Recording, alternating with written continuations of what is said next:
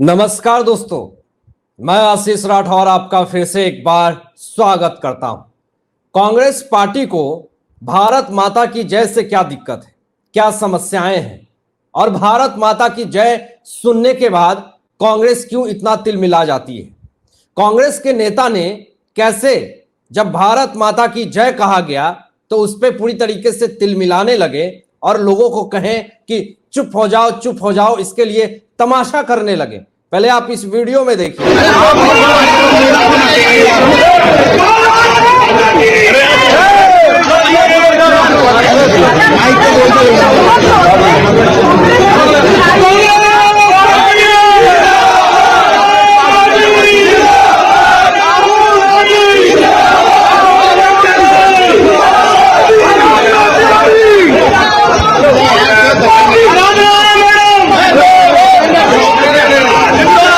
आखिर क्यों, किस बात का डर है जिससे कांग्रेस पार्टी, कांग्रेस नेता भारत माता की जय पे विरोध करते हैं। और यही नहीं, अब आपको मैं एक ऐसी वीडियो दिखाने वाला हूं।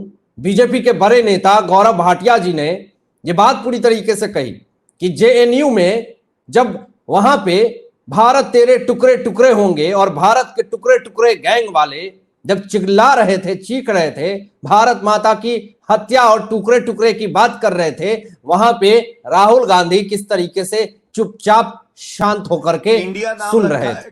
जब नारे लग रहे थे जेएनयू में भारत तेरे टुकड़े होंगे इंशाअल्लाह इंशाअल्लाह, वहां पे राहुल गांधी समर्थन कर रहे थे। ये कैसा इंडिया है? तभी तो इनको घमंडिया बुलाते हैं, क्योंकि भारत माता के टुकड़े होंगे और राहुल गांधी खड़े हैं।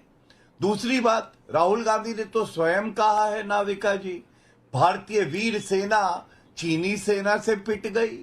अरे पिट तो राहुल गांधी गए, पिटा हुआ मोहरा है ये राजनीतिक शतरंज में।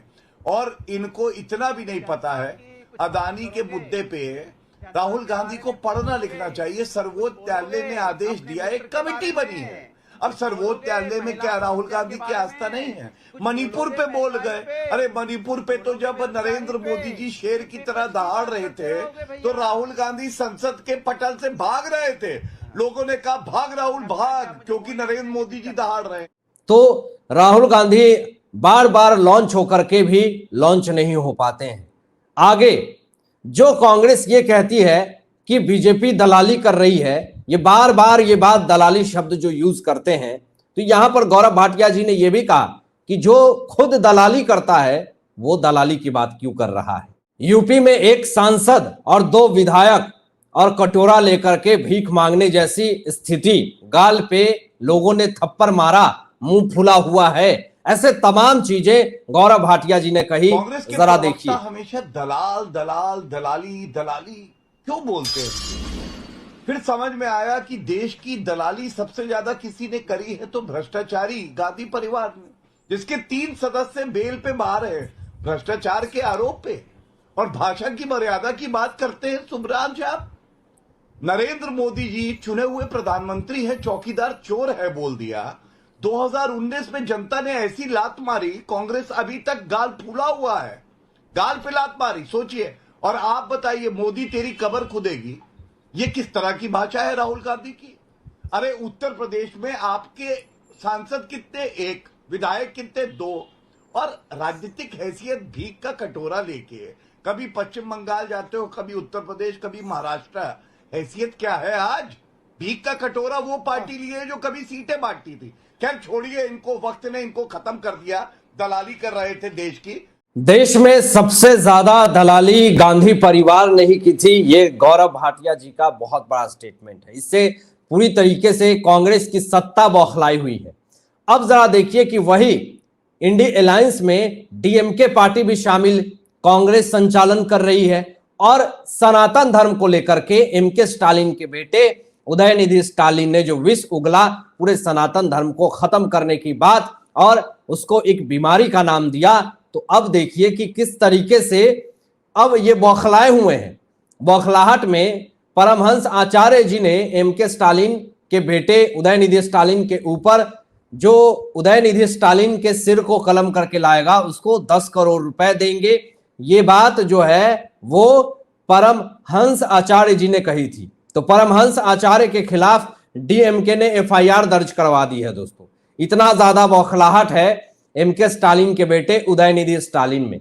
अब जरा देखिए कि किस तरीके से यहां पर उदयनिधि स्टालिन ने यह बात कही थी द्रौपदी मुर्मू को लेकर के टिप्पणी पर। क्या कहा था दोस्तों, मामला क्या है कि जो नया संसद भवन हुआ या फिर कोई भी उद्घाटन होता है तो इस पे उदयनिधि स्टालिन ने यह स्टेटमेंट दिया था कि द्रौपदी मुर्मू से उद्घाटन इसलिए नहीं करवाया जाता है कि उनके पति नहीं है। ऐसी तुच्छ स्टेटमेंट दिया और तुच्छ हरकत करी उदयनिधि स्टालिन ने फिर से। तो बीजेपी ने इस पे बहुत ही बड़ा पलटवार किया और बहुत ही अच्छा पलटवार किया। बीजेपी ने कहा कि आपने उन्हें वोट क्यों नहीं दिया, कि वो आदिवासी हैं, आपने क्यों भेदभाव किया। ये बीजेपी के नेता ने सवाल जब पूछे तो उदयनिधि स्टालिन बौखलाने लगे। और इतने शर्म की बात कि इतना कुछ हो गया लेकिन डीएमके के किसी नेता ने एक बार भी माफी नहीं मांगी।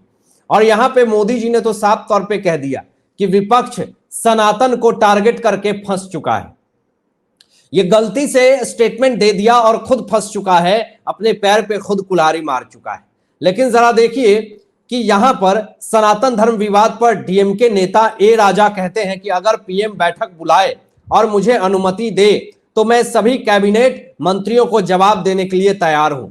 आप क्या जवाब देंगे? पूरे देश में आपके खिलाफ, डीएमके पार्टी के खिलाफ आक्रोश है। क्या उस 110 करोड़ की जनता के आक्रोश को आप खत्म कर सकते हैं? जो आक्रोश आए दिनों सोशल मीडिया पे, न्यूज में, चैनलों पे जो देश की जनता को आहत पहुंची है, क्या आपके एक चर्चा से वो तमाम आहत जो पहुंचाई गई है 110 करोड़ के सनातनी धर्म को मानने वाले लोगों को, क्या वो चर्चा से खत्म हो सकता है? आगे देखिए दोस्तों, यहां पर नरेंद्र मोदी जी ने साफ तौर पे ये बात कही कि इंडी अलायंस या इंडिया को लेकर छिड़ी बहस की बजाय सनातन धर्म वाले विवाद पर ज्यादा बात करें तो देश प्रगति की तरफ बढ़ेगा। और दोस्तों, हमारा सनातन धर्म जो शाश्वत है, कभी समाप्त नहीं हो सकता, उसको समाप्त करने की बात ये कर रहे हैं। आपने क्या डेंगू मलेरिया को कभी समाप्त कर पाया? आपके अगर स्टेटमेंट के आधार पे अगर बात को बोले तो डेंगू मलेरिया तो खत्म नहीं हो पाया आपके हिसाब से अगर मैं बोलूं तो। लेकिन सनातन धर्म का डेंगू और मलेरिया से आपने जो उदाहरण व्यक्त किया, ये एक चुल्लू पानी भर में डूब मरने जैसी बात है। अभी आगे देखिए दोस्तों, एक तरफ तो प्रोपोगेंडा सनातन धर्म को खत्म करने की कर रहे हैं और दूसरी तरफ कांग्रेस प्रोपोगेंडा फैला रही है कि हम तो हिंदुत्ववादी हैं, हम तो सनातन धर्म को मानते हैं। अशोक गहलोत राजस्थान के मुख्यमंत्री हैं और ये श्री कृष्ण जन्माष्टमी की पूर्व शाम सिर्फ भगवान श्याम के नाम रही, ऐसी बस एक दिन इन्होंने भगवान श्याम के नाम रख दी, जिससे इनको लगता है कि देश की जनता जो है वो हमें समर्थन करेगी, हिंदुत्व का वोट मिलेगा। लेकिन ऐसा संभव नहीं है। अभी आगे देखिए कि यहां पे गौरव भाटिया जी ने यह भी कहा कि कांग्रेस पार्टी किसी जमाने में देश की सबसे बड़ी पार्टी होती थी, आज भीख का कटोरा लेकर के घूम रही है। तो आज कांग्रेस पार्टी पूरी तरीके से बौखलाई हुई है, अपनी हार से बौखलाई हुई है और लोकसभा चुनाव को लेकर के जो टेंशन है, क्योंकि विपक्ष ने पहले ही अपने अंदर एक ओवर कॉन्फिडेंस पैदा कर लिया है कि हमारी जीत तो तय है। और कहते हैं कि ओवर कॉन्फिडेंस जब भी होता है इंसान हार जाता है। अब दोस्तों देखिए जरा कि के अन्नामलाई राहुल गांधी को लेकर के बहुत बड़ी बात बोल दिया। उन्होंने कहा कि जॉर्ज सोरोस जो भारत के खिलाफ विष उगलते हैं दोस्तों, जॉर्ज सोरोस, इनको लेकर के कहा कि जॉर्ज सोरोस भारत का दुश्मन है और राहुल गांधी भारत में जॉर्ज सोरोस के प्रवक्ता हैं। तो सोच लीजिए कि राहुल गांधी की क्या मंशा है भारत देश को लेकर के। अब जरा देखिए यहां पे कि मल्लिकार्जुन खड़गे राजस्थान में थे, तो मल्लिकार्जुन खड़गे कहते हैं कि क्या राहुल गांधी पीएम बने थे जो उन्हें गालियां दी जा रही है?